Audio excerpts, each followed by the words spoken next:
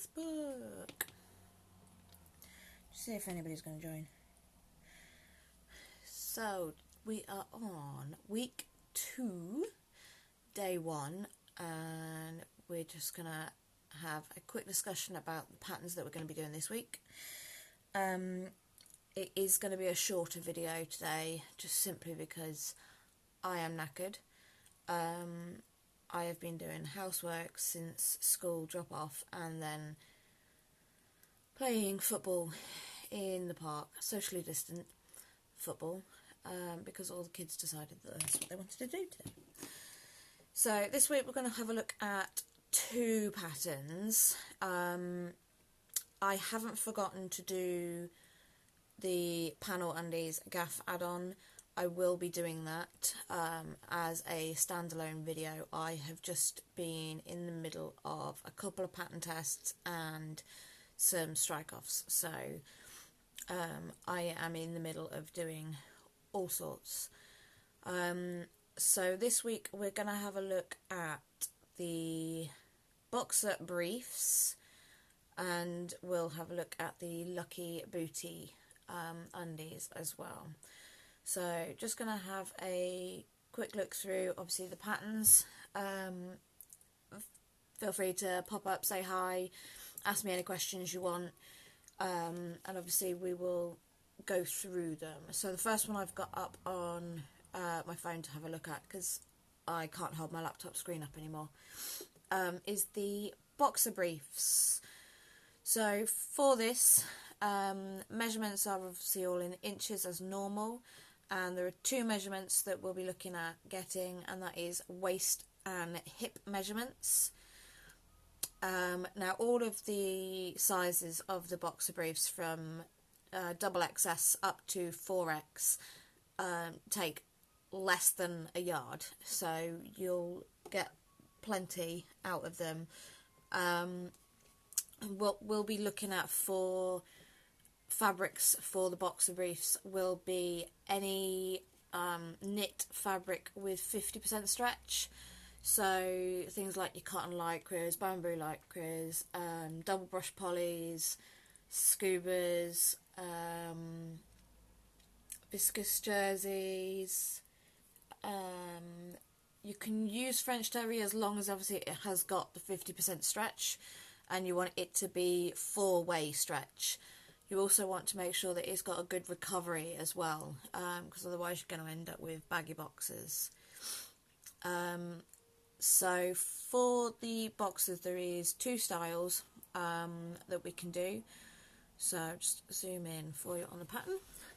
So there is with the functional fly and obviously with no fly. So obviously I'll do both, so obviously I can show you how to do them. On the second page, obviously you've got all the pages that you need to print for the relevant sizes, and then underneath here is your band cut chart as well. So when you're looking at prepping for your fabrics and everything, you've got your band cut chart here. Now if you don't like measuring out your bands or your elastics or anything like that, you can make yourself up a pattern piece. So obviously you just want to make sure that you read the info just above the cut chart. It's not going to focus very well, but this info just above here for the heights of your bands and stuff. And then obviously you've got your full pattern walkthrough as well.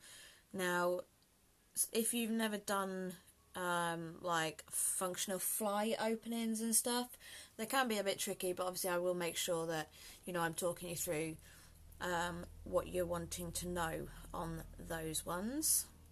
And then if we have a quick look at the lucky booties as well, so you've got a couple of different styles of the lucky booties, and again all the way up to 4X you'll be using less than a yard as well. Again we're going to be using 4-way 50% stretch. So again cotton lycras, bamboos, double brush polys,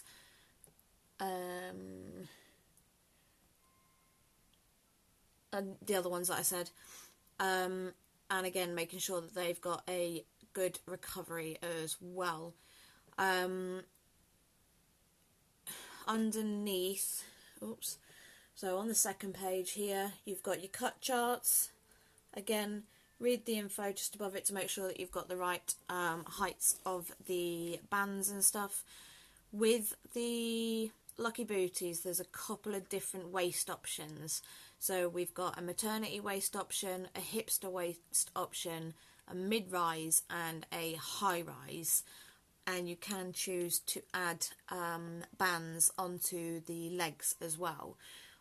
You can add bands, or obviously you can add elastics, or if you want a flatter finish you can just leave it unbanded, or you could hem it. I've actually got a couple of pairs actually that I've left completely unhemmed and unbanded on the legs so that they sit a lot smoother. Some of the fabrics that I have used, I've got a pair that are a cotton lycra pair, and I find that they do roll up from the legs, so obviously that can be a bit annoying. So if you're wanting them to not do the rolling or anything like that, then you obviously band it or elastic it. Again, for your elastics or your band or binding and that, just make sure obviously you're cutting the right height for them. Obviously if you want to adjust the heights of your elastics, your bands or your bindings and stuff, you can do, but take into consideration obviously you've still got the seam allowance as well. So obviously if you want a slightly skinnier band, or if you want like a wider band so that you can actually put elastic through the band, so you've got obviously both elastic and a band on it, obviously just make sure that you're going to adjust it accordingly. So this week we will obviously look at printing off the patterns, same as in all the other previous print-ins and that we've done. Select obviously the layers on the left hand side, obviously print the layers that you want on. If you want to print them all off and trace them, there's only, on the booties there is only 10 pages, on the boxes I think it is about the same.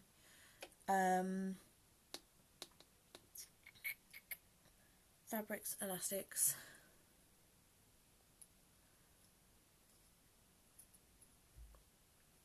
Sharon, you asked me about ironing. I've left you a comment about ironing. With underwear, I don't generally iron. I know it is in a lot of different patterns to iron things. The only time I ever really use my iron while I'm, making things is if I'm doing it for strike-off pieces that I am going to be promoting, to just get any sort of wrinkles and stuff out of it. If I am pressing any seams down to top stitch, or for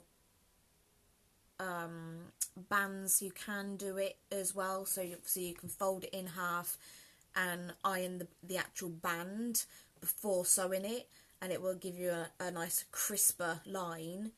The only other time that I would really use the iron is if I'm applying interfacing as well. I don't really use an iron a great deal. I mean, I've got an iron and I've got like a little mini ironing board, just because I don't use it that often that warrants me to, get me an ironing board out. I mean, I picked up one of these, little mini one, IKEA, £4. That does my job, and they are brilliant, and it means that I can just iron them on the bed and stuff like that. Hi Jennifer.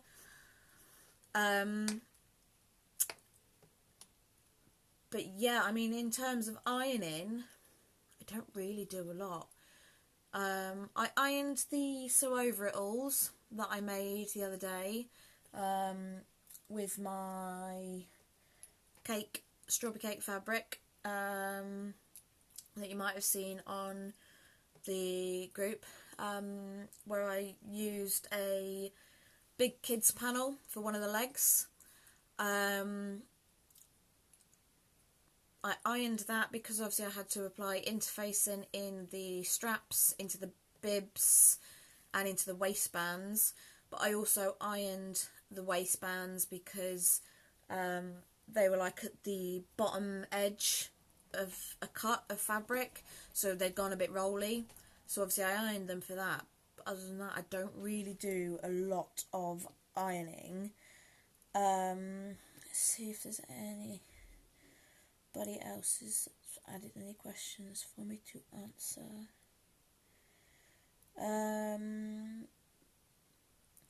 So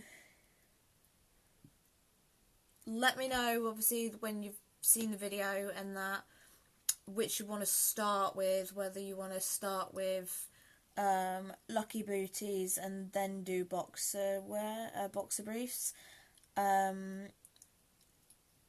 Let me know what styles of Lucky Booties or boxer briefs that you want to do as well. I'm going to sort of split it up a bit over the week. So if obviously there's more people wanting to do the Lucky Booties, we'll start off with that, and then do boxer briefs. I don't mind which we start with. Let me know, and then obviously we will start cutting fabrics tomorrow. If you've got questions about either of the patterns or anything that you want to come talk to me about, what I'll do is I will hopefully not be out till like 8 o'clock tomorrow, because that's what time we got back from the park, and I will just sit and cut the Lucky Booties and the boxer briefs tomorrow on a live. So if you want to come chill with me, cut your fabrics, just come and have a chat, let me know and we'll do that. If you don't want to sit and have a long chat or anything, then I'll cut them during the day or something, and then obviously we can start sewing on Wednesday.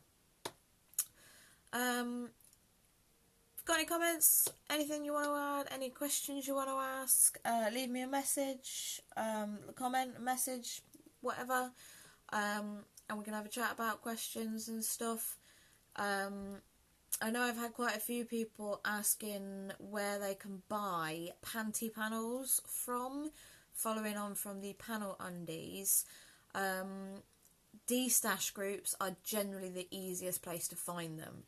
A lot of custom groups do them, more so in the States than in the UK. Hi Kelly. But for fabric panels, for panty panels and stuff like that, have a look on your D-stash groups, wherever you are. If obviously you want in the stuff in the UK, you can always ping me a message and I can obviously send you to a couple of good UK groups that I use quite a lot. But panty panels I generally find are more in the US than they are in the UK. But there are a couple of us in the UK that do import fabrics and stuff. So I mean, if there's ever anything that you see in any of the US groups, there are, you know, a couple of us that do import from the States and that anyway. I mean, I've got a postage box in the States that I can get stuff sent to and then obviously ship it all across to me at the same time. It's generally cheaper on shipping that way. So if you ever see anything UK sewers and that you want from US custom groups, just send me a message and you're more than welcome to get it sent to my US address if you don't mind waiting for it to be processed and everything and then get sent across. More than happy to offer that out to people. So I am going to go and eat a bar of chocolate and wind down, ready for bed, because it's already 10 o'clock and I am cream crackered. Let me know what you want to make first, whether you want to do boxer briefs or lucky booties, and we will go from there from tomorrow. Alright, night.